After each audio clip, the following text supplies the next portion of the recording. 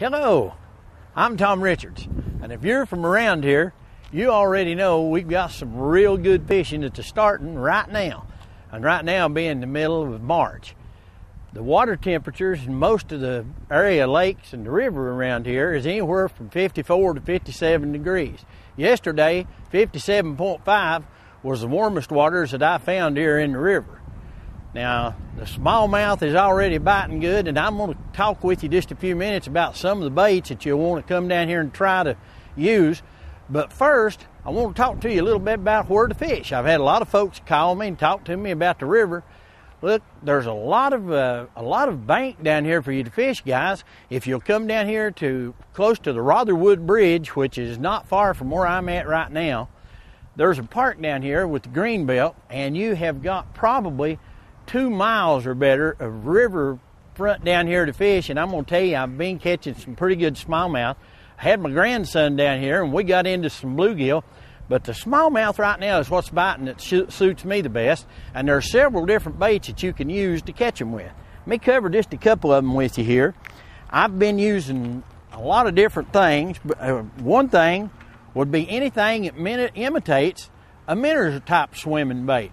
It doesn't matter what brand name, who makes it. Some of them are better than others, but as long as it imitates a minnow swimming through the water, it's going to do you a pretty good job. Now, this is a hard body bait. You do want to make sure you get a bait that's not too deep of a runner, because the average depth out here in the river is only a couple, 3 feet in most places. You'll find some 6, 8 foot deep water, but for the biggest part, it's shallow, and if you run a deep running bait, you're going to hang it up and lose it. That minnow swimming bait, something like a TD minnow, this particular one here is called a laser minnow. They all work equally well, and I'll guarantee you they'll catch you some fish. Of course, spinnerbaits. This particular pack here is Panther Martins in a wide variety of color. In fact, I've got 2 packs with me. I don't know how well these show up like this, but any of these colors is going to catch you fish. You throw these in around the banks, and they're going to catch a lot of fish. They're in a lot of different colors, because I never know if I'm going to be fishing for bluegill, red eye, smallmouth, because it don't matter to me. I get down here fishing. I'm just after whatever swims. Another thing that's doing real good right now, that's these old storm swimming minnows. You can pick them up in about any of the bait shops, and fish everywhere's a biting them. It don't matter if it's the lake, the river. They absolutely are loving these things. And I'm going to tell you, these people are not a sponsor or anything. This is just a dad-burn good bait, and I think you'll really enjoy. Look at there. If that don't look like a minnow, nothing's ever going to that we can make. That little sucker will flat catch you some fish. All you've got to do, there's no special way to fish it or anything. You just throw it out and crank it in. If you're cranking slow and you're not catching anything, then speed it up. If you're fishing fast, slow it down, let it hit the bottom a time or two. I guarantee you that'll catch you some fish. But the number one bait that I could recommend to you for the Holston River and a whole lot of places around here is this little tube bait right here. Now, this particular one is a Strike King tube bait. Don't matter what brand name it is. One thing that does matter a whole lot, though, is the color. I'm real fond of anything that's like a motor oil color or a pumpkin seed color. Get some of these out of here. You can see them a whole lot better. Now, there's the color. This here is a pumpkin seed color with some sort of metal flake in it.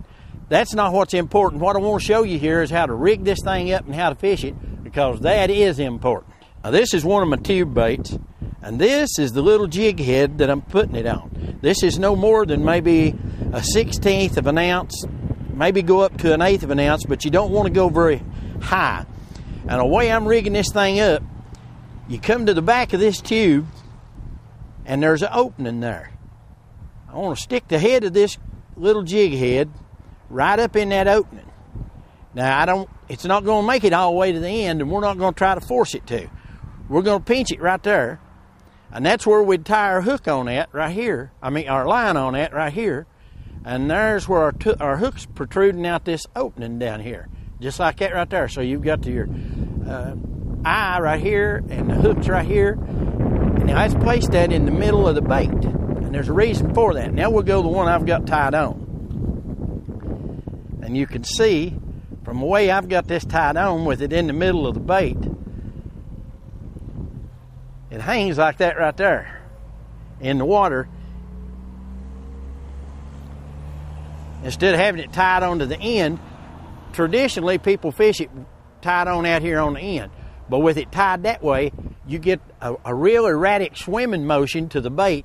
And with that little bitty light head, it looks a whole lot more natural out in the river when I fish it.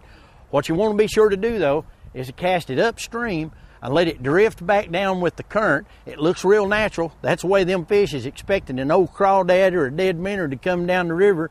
He's laying there waiting on that easy meal, and you want to throw upstream and let it drift down to him. Hey, that's all we got time for the fishing report right now, but you tune in again next week and we'll tell you some more about some of the fishing here, not only on the Holston River, but some of the surrounding lakes too. I'm Tom Richards, and we appreciate you tuning in.